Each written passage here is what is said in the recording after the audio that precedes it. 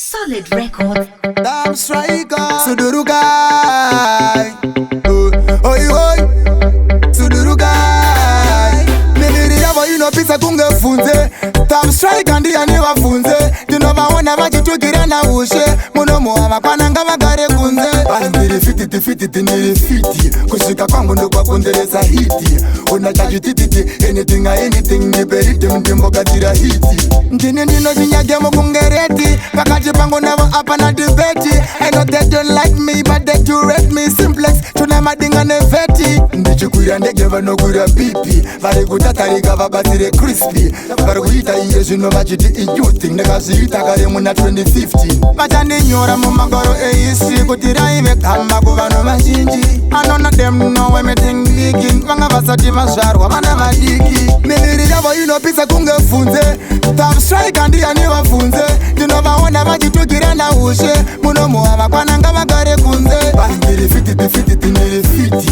Kusvika kwangu ndokwakonderesa hiti. Unachachitititi anything niberiti mdimbogadzira hiti. Zvino ndaona vakutamamisha. Vamakatanga ndopa vakakanganisa. Ai vakangoita zvavaikwanisa. Zvakurema vakusanganisa. Saka Sudurugai. Apasi penyu pamakakwira burukai. Andina basa nyonga mukatsamwa gumbukai. Nguva zvino ndoyapera muna time. Miviri yavo inopisa kungefunze. Top striker ndiyani vafunze. Ndinovaona vachitukira na ushe. Munomo havakwananga vagare kunze. Ndiri fiti niri fiti. Kusvika kwangu ndokwakonderesa hiti. Unachachitititi anything niberiti mdimbogadzira hiti. Ndini ndinochinyage mukungereti. Pakati pangu navo apana debeti. I know they don't like me but they do rate me. Simplex tuna madinga neveti. Ndichikwira ndege vanokwira pipi. Vari kutatarika vabatsire crispy.